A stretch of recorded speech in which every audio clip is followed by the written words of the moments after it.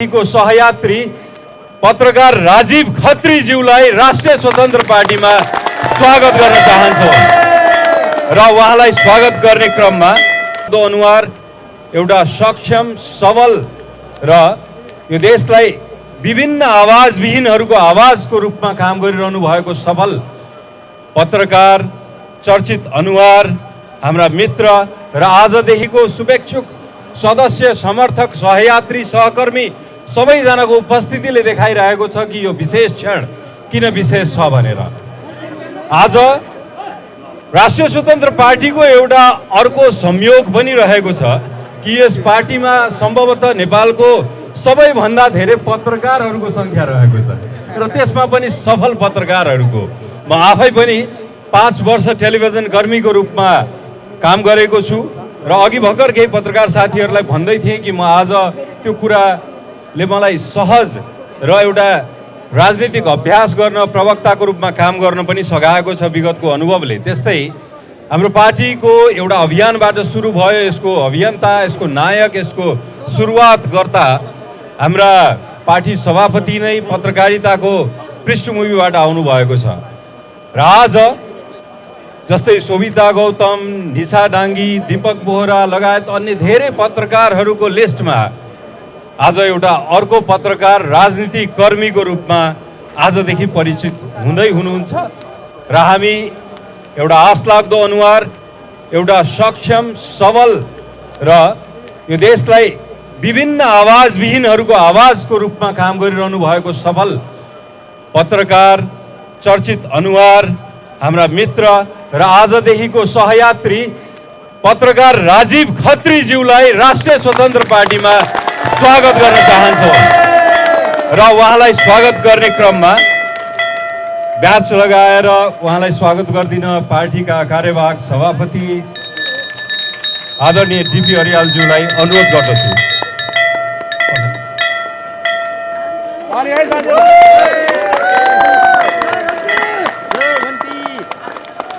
राजीव जी अब ठुलो जिम्मेवारी पछि देशभरि घन्टी बजाउनु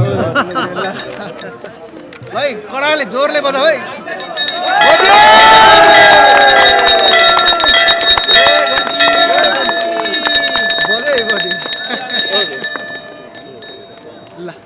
राजीव जी सँगै हामीसँग आज उहाँको समूह, उहाँ सँगसँगै जोडिने धेरैजना हुनुहुन्छ। उहाँहरूको नाम पनि म लिन चाहन्छु।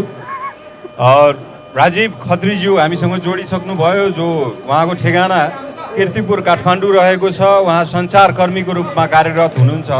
राजन बुढाथोकी हुनुहुन्छ कीर्तिपुरबाटै, उहाँ व्यवसायी हुनुहुन्छ। राजनजीलाई मैले अगाडि आउन अनुरोध गरेँ, उहाँ कहाँ हुनुहुन्छ? यसरी नै सुरज थापा हुनुहुन्छ सिन्धुपाल्चोकबाट, सामाजिक अभियन्ता हुनुहुन्छ।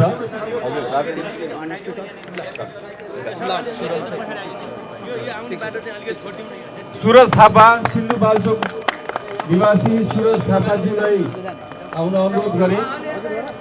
यसरी नै राजेश खड्कीजी,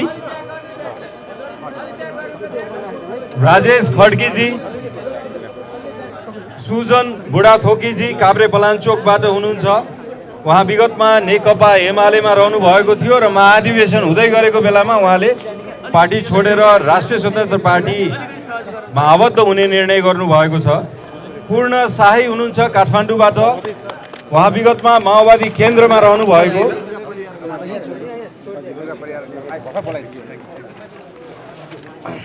पूर्ण शाहीजी, रूपानन्द भण्डारीजी अछामबाट हुनुहुन्छ। उहाँ पनि विगतमा नेकपा एमालेमा आबद्ध रहनु भएको छ। दिव्य परियारी चौधरी हुनुहुन्छ कैलालीबाट, उहाँ साहित्यकार, कवि हुनुहुन्छ र नागरिक अभियन्ता पनि हुनुहुन्छ। दिव्यजी, यसरी नै सुरज जी हुनुहुन्छ डोटीबाट, सुरज जागिरे। यसरी डोटीबाटै हुनुहुन्छ कवीर सुनारजी हुनुहुन्छ। यसरी डोटीबाट नै हुनुहुन्छ प्रवीण बलायरज्यू। मैले फेरि नाम दोहोऱ्याउन चाहेँ।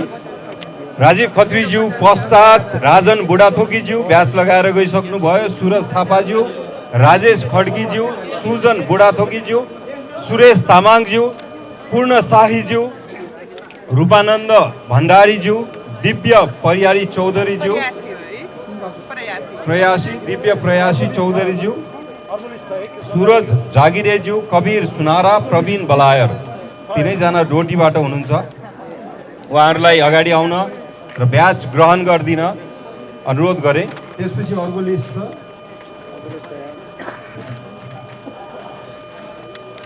अर्को लिस्टमा रहनु भएको छ सुदीप हतिवडाज्यू टोखाबाट, राजकुमार श्रेष्ठज्यू चन्द्रगिरी 2 बाट, किरण श्रेष्ठज्यू चन्द्रगिरीबाट, शोभा श्रेष्ठज्यू कालीमाटीबाट, रुद्र बहादुर कार्कीज्यू शङ्खुवा सभाबाट, कृपा महर्जनज्यू शङ्खमूल काठमाडौँबाट, राजकुमार श्रेष्ठज्यू काभ्रे पलाञ्चोकबाट, दुर्गा परियारज्यू पर्वतबाट, मदनज्यू हुनुहुन्छ सिन्धुपाल्चोकबाट।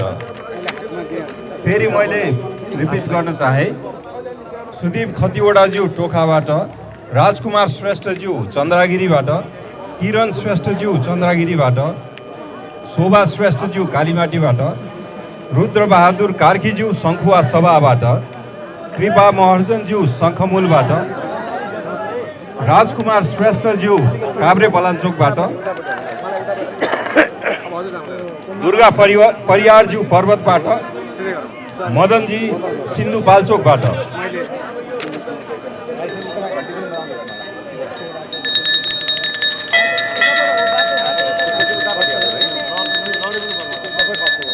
आज पार्टी प्रवेश गर्न चाहनु हुने 2 जना नाम अझै मैले थप पाएको छु। डोल्पाबाट हुनुहुन्छ राजेन्द्र सार्कीज्यू र कैलालीबाट हुनुहुन्छ प्रिन्स बम ज्यू। दुवैजनालाई अगाडि आउन र पार्टी प्रवेशको क्रममा ब्याज ग्रहण गर्न अनुरोध गरे।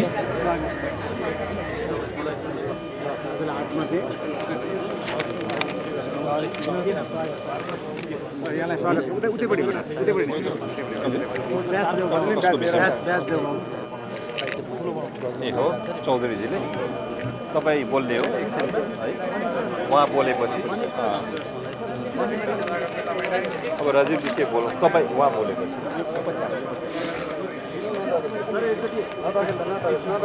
अब अर्को 2 नाम फेरि पाएको छौँ। एउटा रहेको छ भवानी शङ्कर हरियालज्यू, 90 वर्षका बा हुनुहुन्छ भवानी शङ्कर हरियालज्यू। उहाँ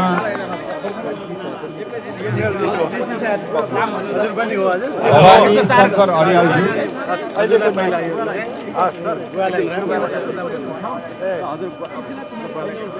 हजुर नमस्कार। नमस्कार हजुर, स्वागत छ तपाईँलाई राष्ट्रिय स्वतन्त्र पार्टीमा।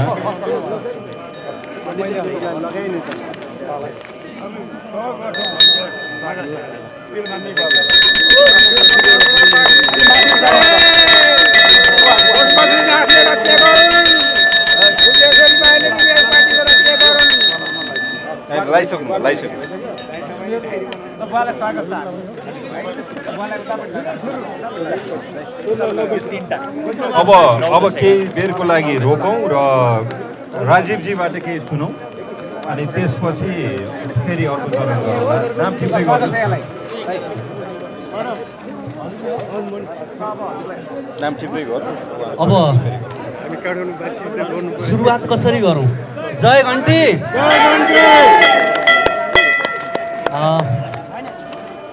अलिकति बोल्न आज साहस जुटाउनु पर्ने भएको छ। एउटा चिज के हो भने कुनै पनि एउटा इकोनोमिक्समा एउटा नियम हुन्छ, एउटा लेभलसम्म पुगेपछि त्यो लेभलबाट तल झर्ने क्रम हुन्छ। नेपाली राजनीतिमा विकृत राजनीतिको एउटा चरम लेभलमा यति बेला नेपालको राजनीति छ र त्यो राजनीति सधैँभरि त्यही ठाउँमा रहिरहन सक्दैन। र यति बेला ठ्याक्कै भन्ने हो भने महाभारतमा जसरी कौरव र पाण्डवको युद्ध हुने समयमा को कौरवको पक्षमा को पाण्डवको पक्षमा लाग्ने भनेर एउटा परिस्थिति जति बेला सिर्जना भएको थियो, त्यसै गरी नेपाली राजनीतिमा यति बेला कौरव र पाण्डवको को पक्षमा को विपक्षमा रहने भन्ने अवस्था यति बेलाको हो।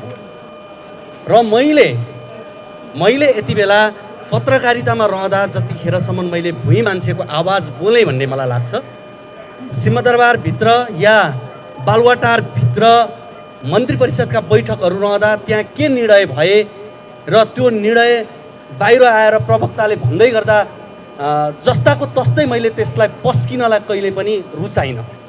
आखिर उनीहरूले गरेको निर्णयले जनताको चुलोमा के परिवर्तन ल्याउँछ भन्ने नजरबाट मैले हेरेँ र त्यही किसिमको पत्रकारिता गरेँ। त्यो माया मैले यहाँ देखेको आज राजनीतिमा मैले पहिलो खुड्किलो राख्दै गर्दा मेरो जीवनमा पहिलोपटक राजनीतिक दलको सदस्यता लिँदै गर्दा र म आज पाण्डवको पक्षमा मैले पक्ष लिनुपर्छ, सत्यको पक्षमा म हुनुपर्छ भनेर मैले रासपाको पक्ष लिएको र यो बेला भनेको कौरवको पक्षमा लाग्ने हो कि पाण्डवको पक्षमा। फेरि म पाण्डवको पक्षमा आउँदै गर्दा मैले चाहिँ म सत्यको पक्षमा म धार्मिक भएर धर्म आफ्नो पुरा गर्दैछु भन्दिनँ। कौरवको पक्षमा लागेर पनि फेरि त्यहाँ पनि धर्म निर्वाह गर्न सकिन्छ फेरि, किनभने पापमा पनि धर्म हुन्छ र धर्ममा पनि धर्म हुन्छ। यदि तपाईँ पापको पक्षमा लागेर पूर्ण रूपमा त्यहाँ वफादार रहनुहुन्छ भने त्यो पनि धर्म हो। जस्तो तपाईँलाई एउटा उदाहरण दिउँ, शिशुपालले कृष्णलाई 100 गाली दिन्छ, अन्त्यमा कृष्णद्वारा चक्रले काटिएर शिशुपालको मृत्यु हुन्छ, तर शिशुपाल कृष्णमै विलिन हुन्छ। कारण किन भन्दा उसले अधर्ममा पनि धर्म पुरा गरेको थियो। विषले यदि विषको काम गरेन भने त्यो धर्म हुँदैन विषको। त्यसैले गर्दाखेरि जो जहाँ बसेर पनि धर्म निर्वाह गर्न सकिन्छ। मैले चाहिँ मेरो धर्म आज 20 वर्षको पत्रकारितालाई पूर्ण विराम लगाउँदै मेरो लागि यो राजनीतिको महाभारतमा मैले पाण्डव पक्ष चाहिँ मैले रासपालाई बुझेँ यतिको समयसम्म। त्यस कारणले मैले आज यो पक्षबाट अबको न्याय र अन्याय बिचको लडाइँमा न्यायको पक्षबाट शङ्खनादको सुरुवात गर्ने मैले आजबाट उद्घोष गरेँ। हस्, यहाँहरूलाई धेरै धेरै धन्यवाद। जय घन्टी।